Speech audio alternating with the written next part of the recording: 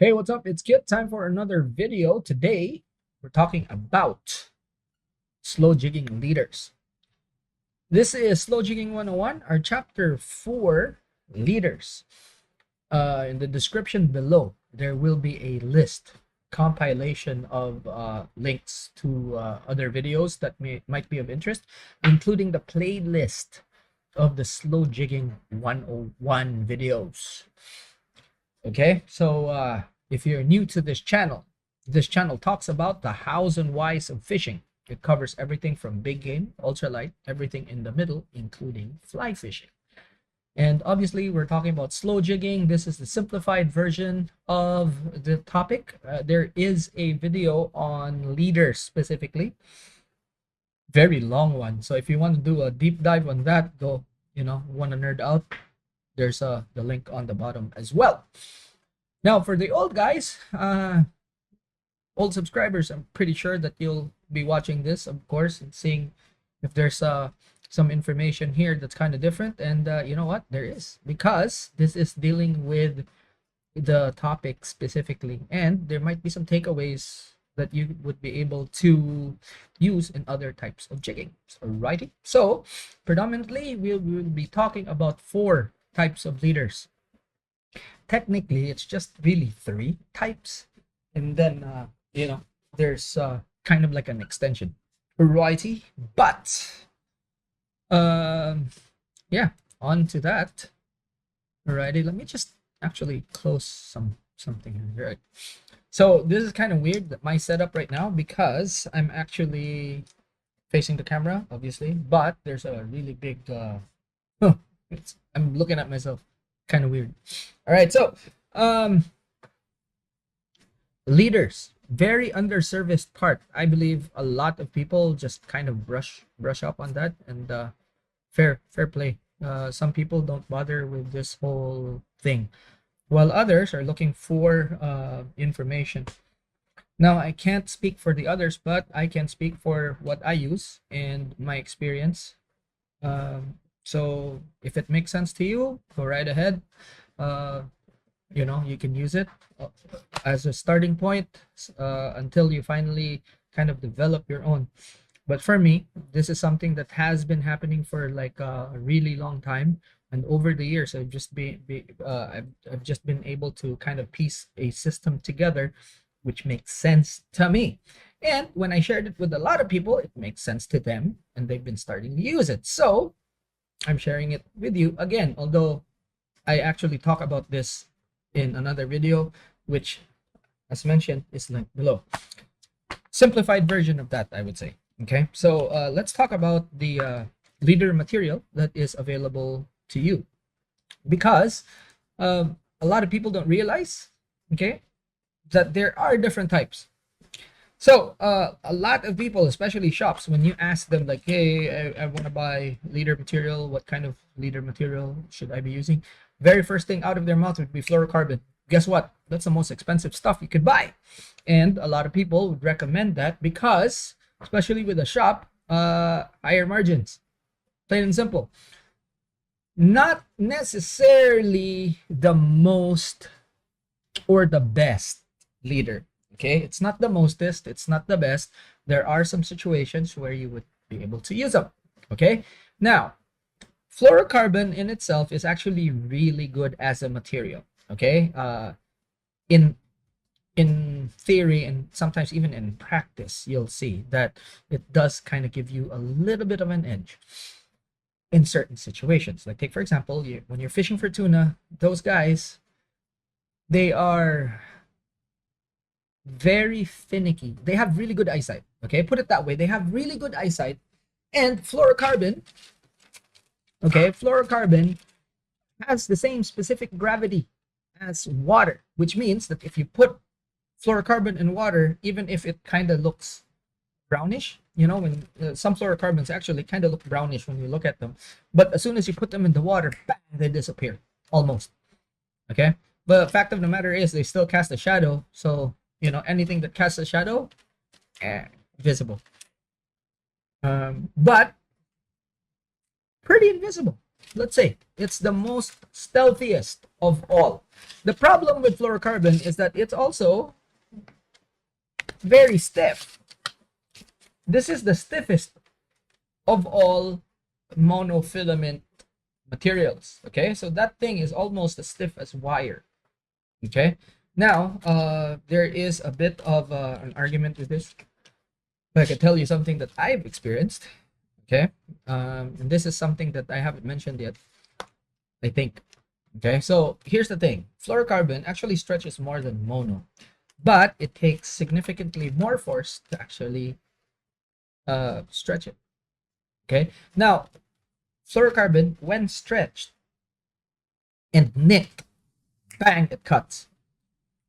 Okay, so as far as abrasion resistance, when it is not under load, it's fine, it's great, you know, if it is not under load. If it is under load, when it meaning it's really stretched out and then a nick happens, bang, it cuts. So for fluorocarbon, I like using it when I need a thick leader, because I would only use fluorocarbon that I don't have to stretch a lot, which means when it's thicker leaders that I need, I will go to fluorocarbon. For thinner leaders, I will go to what I use the most, which is stiff mono. Stiff mono, okay, is it's around. Not a lot of people know this, but it's around. They're like if you compare, there's soft leader material and then there's stiff leader material. Now, if you're in the Philippines, guess what? Local monofilament is actually stiff. It's a formulation of stiff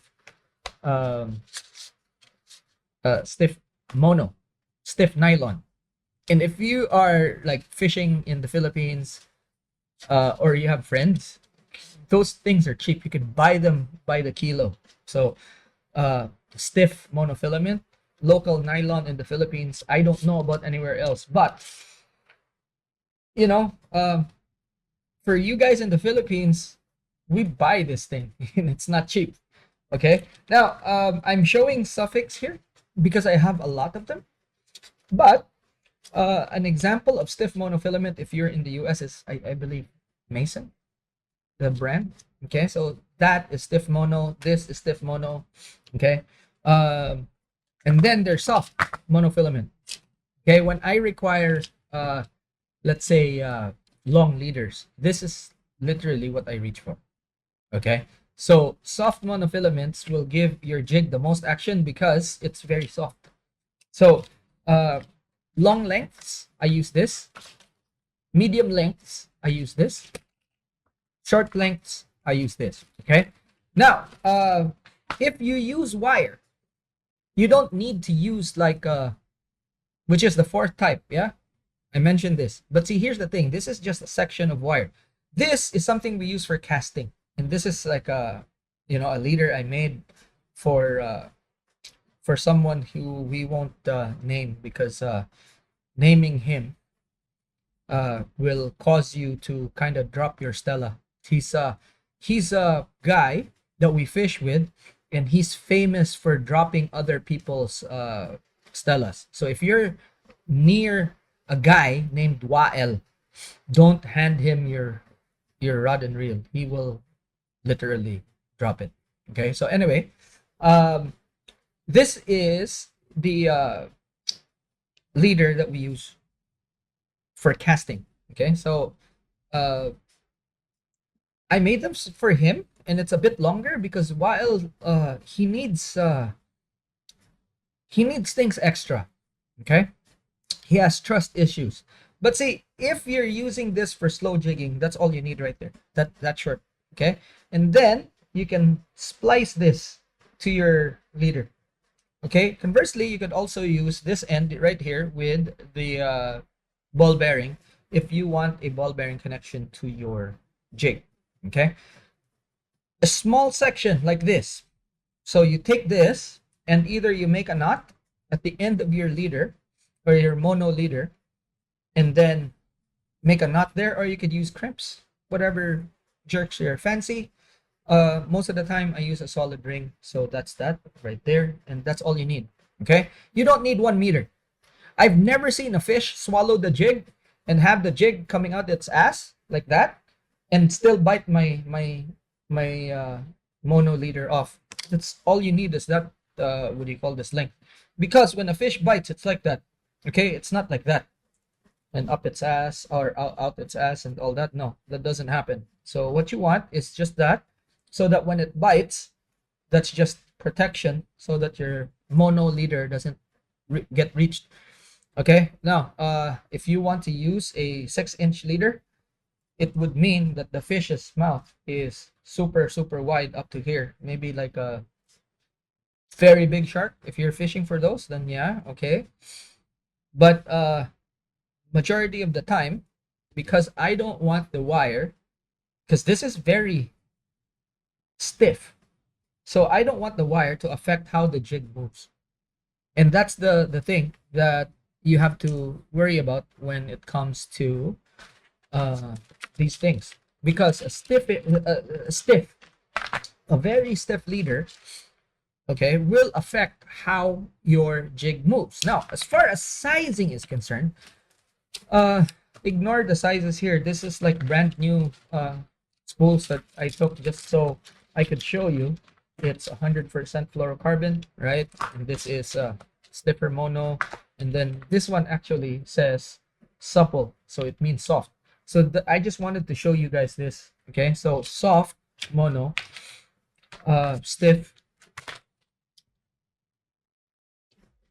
stiffest.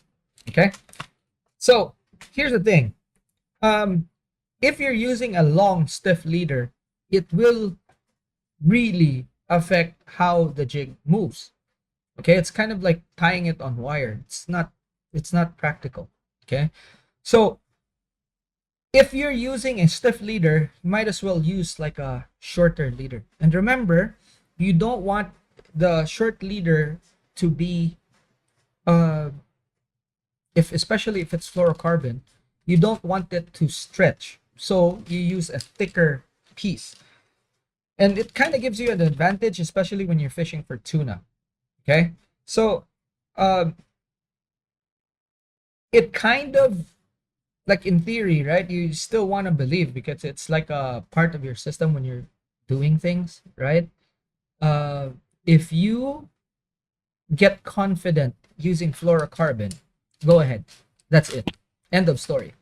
But see, especially when you're fishing for tuna that's a bit finicky, okay? And there are times that this is really proven.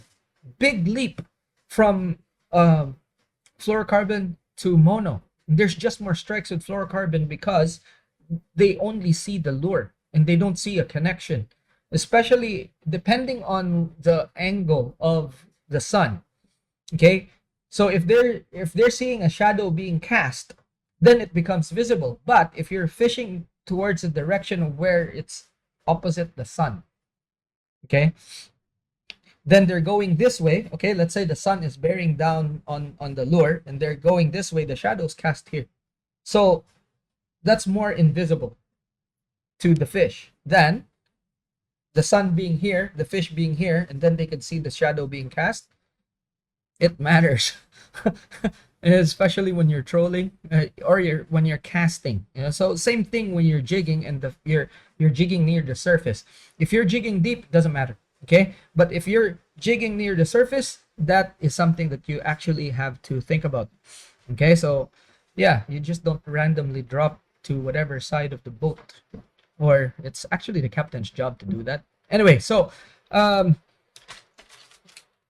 shorter lengths, I use fluorocarbon. Most of the time, this is what I use. Okay, now I have a system and I talk about this, but in a nutshell, 1 arm span of this, 2 arm spans of this, which is mostly what I use. And it is always, for PE2, I always use 40 pound test. Okay, so it would be 50 and 1 arm span, 40 and 2 arm spans, 30 and long 3 arm spans. So here's the thing. So 1, 2, 3, right? So similar to the jigs, 1, 2, 3, and it's the same with this. Now here's the thing, right? When when you are uh using this thick line 40, let's say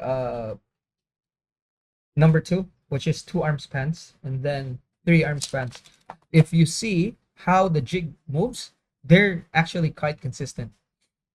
Okay, so 3 arm spans and then your jig, you'll see that it moves consistently.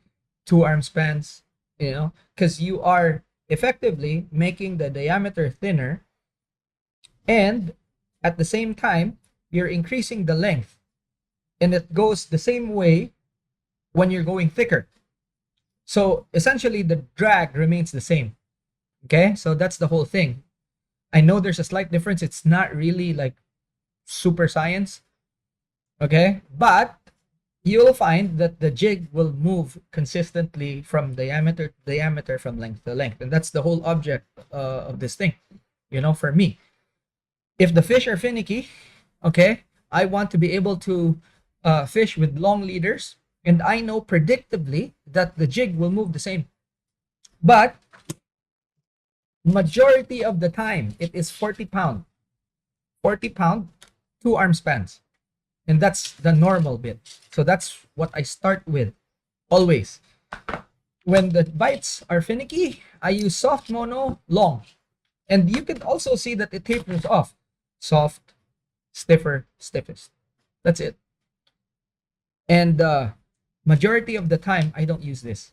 Okay, probably if I lose too many fish on the bottom, or if you peer down and you see a carpet of barracuda, you know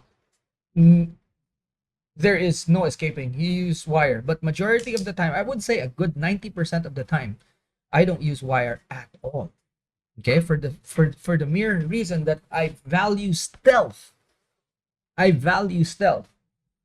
So that's that. Now remember, as far as abrasion resistance is concerned, these guys are tops. Okay, even mono fishing line, when they're designed, the softer monofilament is actually more forgiving when it comes to bumps and scratches. But see, that's not where it shines. Where it shines is when it's on load. Okay, fluorocarbon, when it's being stretched, it's too fragile. Believe it or not, I've been there, done that, and I'm pretty sure there's tests that what do you call this, that have been conducted. But when it's on load, and remember, this stretches more, so potentially this will stretch more and become thinner. And that's the thing. I actually have a video talking about leader material, and I talk about that it actually stretches more, but it requires more force to stretch it. And this is why I only use this in short lengths, and they're actually the thicker end of the spectrum. Okay, so 40, it could be that. Now, if you want to use, see, here's the thing. When you move up one line class, you just move up one line class for each as well. So take, for example, if I'm using 50 on this, I'll use 60 of this. Short, 60. Normal, 50. Longer, 40. If I'm moving to, let's say, 2.5, PE 2.5 or 3. Okay, so it's a system that you could just slide, what do you call this? Forward or backward, whatever it suits you. It also applies to thinner line. So it could be that I'm using 20 leader for my max, then 15 would be like my 2 arm spans, and then 10 would be my 3. And again, you use that to see how the fish responds. Because there are times, even when I'm shore jigging, I use this system, because there are times when the fish will respond more to a shorter leader or a longer leader, or somewhere or something in between. So for me, a lot of people are asking what's the best type of leader you could use, and normally I would just say like use 40, two arm spans, but it's just more than that.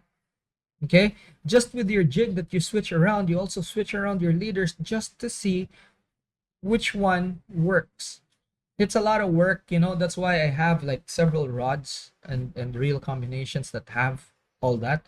So when I drop one, doesn't get a response, I use another one, you know, and then another one. But at the end of the day, when the fish are not biting, what are you gonna do? So, you know, you can't just go at it the whole day and not produce anything. You're just That's called a waste of time. Alrighty, so that's it. Hopefully you'll be able to pick something up. I don't want to make this longer than it should.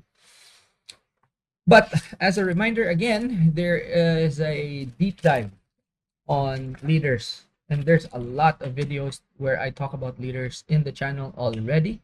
This is a very shallow glance on this whole thing, and hopefully, though, it will give you a place to start. So if you are confused with leaders, or you just wanted to learn more, or you know, if you just wanted to verify if you're actually using something that's okay, hopefully this would be a very good starting point for you. Alrighty, so as always, if you want to learn with a buddy, share this video to your group, your fishing group, to your fishing friends, whatever, your frenemies, you know what I mean. All right, like this video if you've learned something, and if you want to support this channel, go ahead and click that membership button, and if you haven't yet, subscribe. Alrighty, that's it for now. Thanks so much for watching. I'll see you in the next one. Class dismissed.